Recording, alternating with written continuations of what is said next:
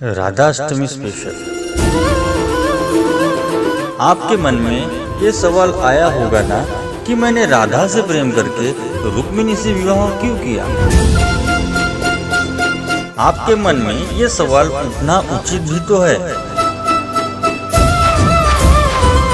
क्योंकि जबकि प्रेम की मिसाल दी जाती है तो मेरे और राधा के प्रेम का नाम सबसे ऊपर लिया जाता है।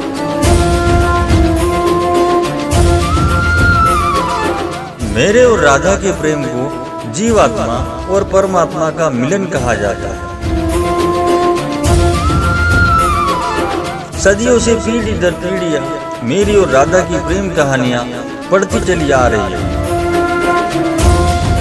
ये सवाल खुद राधा ने भी मुझसे पूछा था कि तुम मुझसे विवाह क्यों नहीं करना चाहते। तो मैंने राधा को बताया कि कोई अपने ही आत्मा से विवाह कैसे कर सकता है राधे।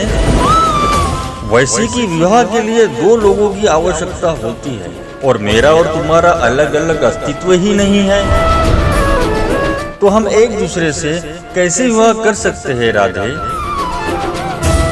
तो हमारे बीच विवाह का सवाल ही पैदा नहीं होता। मैं और राधा एक दूसरे रूप से आत्मीय तौर पर जुड़े हुए थे, इसीलिए हमेशा राधा कृष्ण कहा जाता है। हमारे प्रेम को शादी बंधन नहीं चाहिए था। वैसे भी मैं चाहूँ तो राधा से विवाह करके बहुत प्रसन्न रह सकता था, लेकिन मैं जानता था कि मेरी राधा प्रसन्न नहीं रहेगी। यदि ये विवाह हो भी जाता तो राधा को अपने माता पिता और परिवार को त्यागना पड़ता।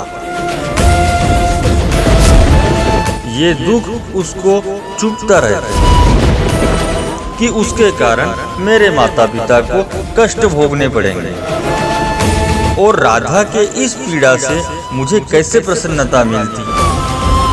आप जिनसे प्रेम करते हो उनकी भावनाएं नहीं, बल्कि आपका प्रेम भी जिनसे प्रेम करता है उनकी भावनाओं का भी ध्यान रखना हमारा कर्तव्य है। ये जरूरी भी तो नहीं ना कि आप जिससे प्रेम करते हो उससे विवाह हो।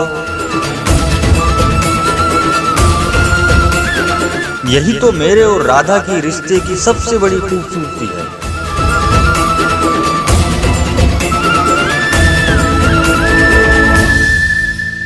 तो प्रेम से बोलो राधे राधे।